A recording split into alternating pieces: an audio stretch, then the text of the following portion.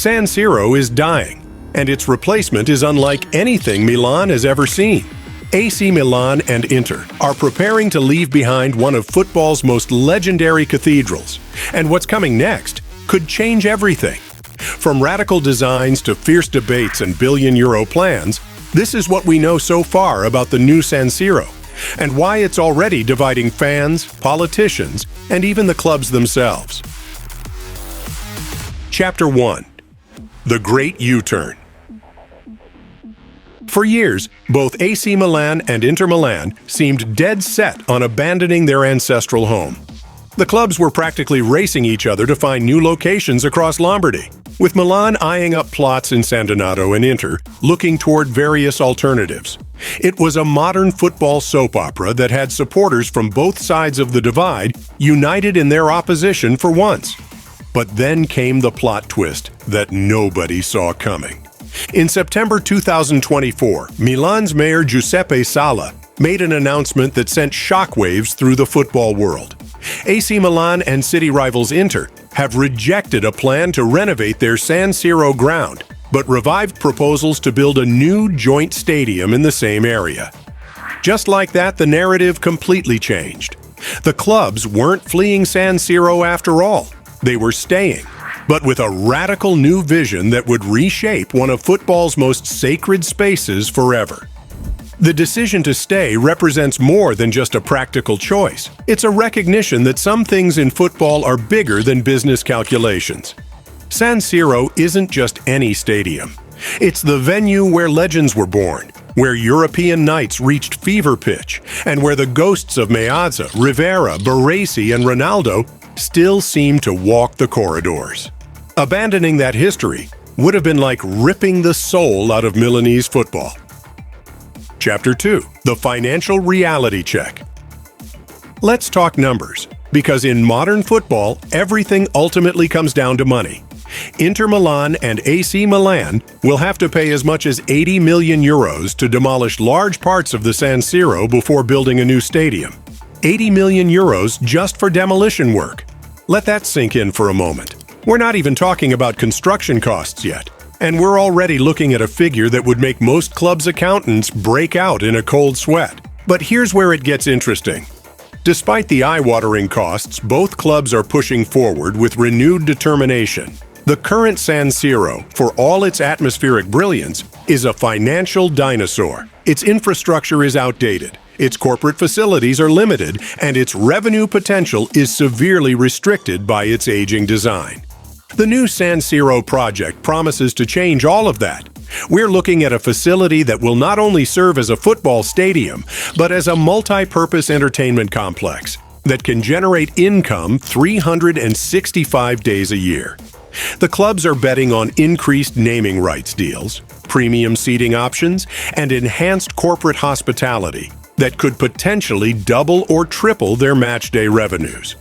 When you factor in the sharing arrangement between Milan and Inter, the costs suddenly become more manageable, and the long-term financial benefits become impossible to ignore.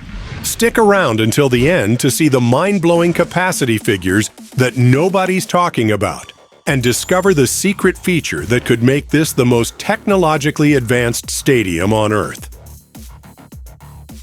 Chapter 3. Architectural Ambition. Now, let's dive into what this new San Siro will actually look like, because the architectural plans are nothing short of breathtaking.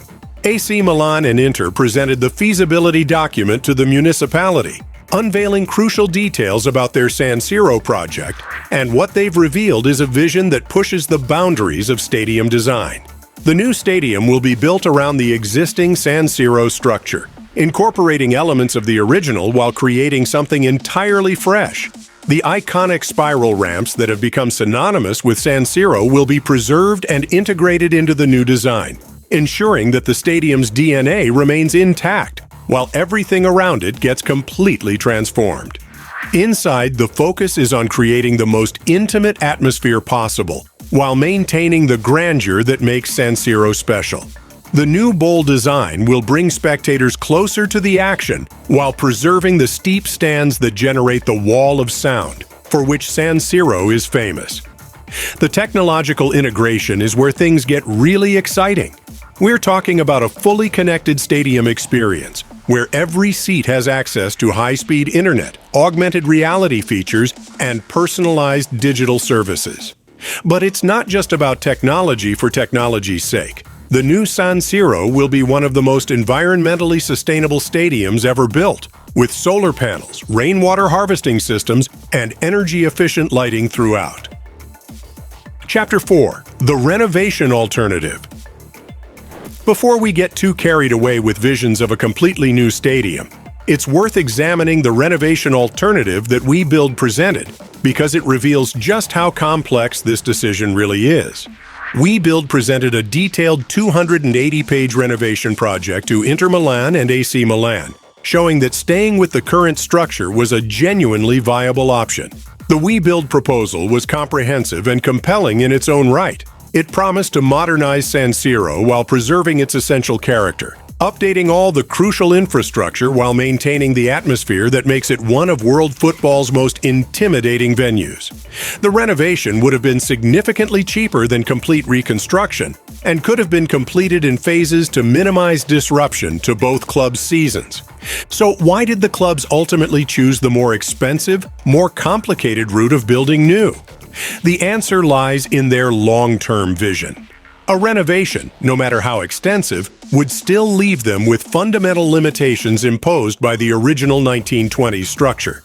The new build option gives them complete freedom to create exactly what they want without compromise, positioning them for the football landscape of 2040 or 2050, rather than just the next decade. While a renovation might have been adequate for the next decade, it wouldn't have positioned them for the football landscape of 2040 or 2050. The new build option ensures they'll remain competitive with the newest stadiums being built by their European rivals. Chapter 5. What happens next? The timeline for this project is as ambitious as the vision itself. Inter Milan and AC Milan are speeding up their Plan A plans to build a new San Siro, with crucial deadlines already set in motion. The clubs know that every month of delay costs them competitiveness in the transfer market and revenue opportunities, so they're pushing to finalize agreements as quickly as possible. Construction logistics present their own fascinating challenges. The clubs need to continue playing at San Siro while the new stadium takes shape around them. This requires incredibly precise planning to ensure that construction noise and disruption don't interfere with matches, training sessions, or other events. It's like performing heart surgery while the patient is running a marathon. Technically possible, but requiring surgical precision and nerves of steel. What nobody's talking about yet is the capacity mystery. While current reports focus on the design and financing, the actual seating numbers remain deliberately vague. Here's the secret. The new San Siro is being designed with a maximum capacity that could exceed 90,000 spectators for special events, making it one of the largest stadiums in Europe. But for regular league matches, the configuration will be closer to 80,000, optimized for atmosphere and sightlines rather than sheer numbers. The technological integration goes beyond anything we've seen in stadium design before. Every seat will be equipped with wireless charging capabilities, built-in USB ports, and personal climate control systems. Most remarkably, the entire stadium structure will be capable of adjusting its acoustics in real time, amplifying crowd noise during crucial moments while maintaining clarity for announcements and music. But perhaps the most revolutionary feature is the planned holographic display system that will be integrated into the stadium's architecture. This technology will allow for three-dimensional projections that can transform the entire venue for different events, creating immersive experiences that blur the line between sports venue and entertainment theater. Imagine pre-match shows where legendary players appear to walk on the pitch again, or halftime displays that transport spectators to different worlds entirely. The new San Siro will stand as a testament to what's possible when vision meets determination, when tradition embraces innovation, and when two legendary clubs put aside their rivalry to create something greater than either could achieve alone. It's not just the future of AC Milan and Inter Milan that's being built in the shadow of the current stadium. It's the future of football itself. If you made it to the end of the video, share your thoughts on this incredible stadium in the comments. If you enjoyed the video, click here to explore the Juventus Stadium in 2030, Turin's bold plan for the next decade. See you there in a second.